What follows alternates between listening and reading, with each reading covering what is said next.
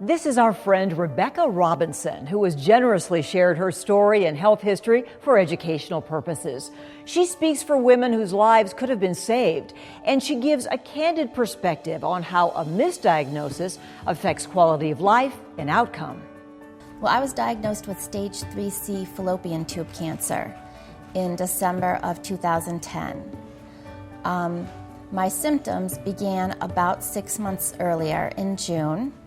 And I started having problems with my bladder. It was pressure, not really pain, not really burning, just a lot of pressure. And so I went to see my gynecologist, and my first appointment was with a nurse practitioner.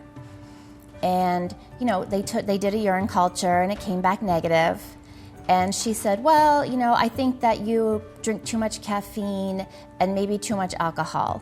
So she said, go home, let's try it for 4 weeks, cutting out caffeine and alcohol and see how you do. I went home, things weren't getting better. I still had the persistent bladder problems, getting a little bit of abdominal discomfort. So I went back, and the second time I went, I actually saw the doctor, and they did an ultrasound, and they found a small cyst. So they said, go away for 8 weeks, come back, we'll check it again.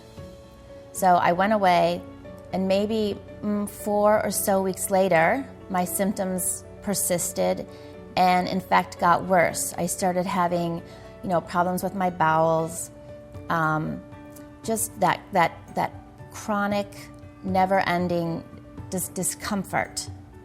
So I went back before the 8 weeks was up, and they did another ultrasound, and they found 3 cysts that time.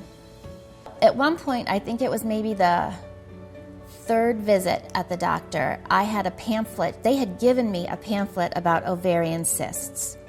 And in the pamphlet was a list of ovarian cancer symptoms. And I sat on the table and I looked at the doctor and I said, I have every symptom on this list.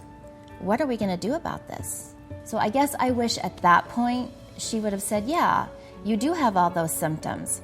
I think we should, take the next step and maybe do a CT or do a CA-125. And I would have been diagnosed maybe a few months sooner. She said, oh, they're just cysts. I'm not too worried about it. You're young. I was only 42 at the time. And again, they sent me away for an 8-week, let's see what happens. Well, within 4 weeks, I was in just, couldn't even stand up when I was walking. I called and I said, I have to come back in. You have to do something. Something's really wrong. And I went back in and they did another ultrasound. Then the doctor came into the room and said, well, you're not going to like this, but I think that you may have ovarian cancer, and we're going to need to send you, to the University of Iowa. Everyone from the nurse practitioners to the physician assistants, looking outside of the set of statistics that define an ovarian cancer patient. I didn't fall into that age group. I had no other health issues. I fell outside the box. And so I think that they need to not dismiss women like me who present with these symptoms because we don't fall into the normal ovarian cancer patient. I think finding a doctor who will, manage your full range of symptoms and side effects and, complications is really important and key to better survival.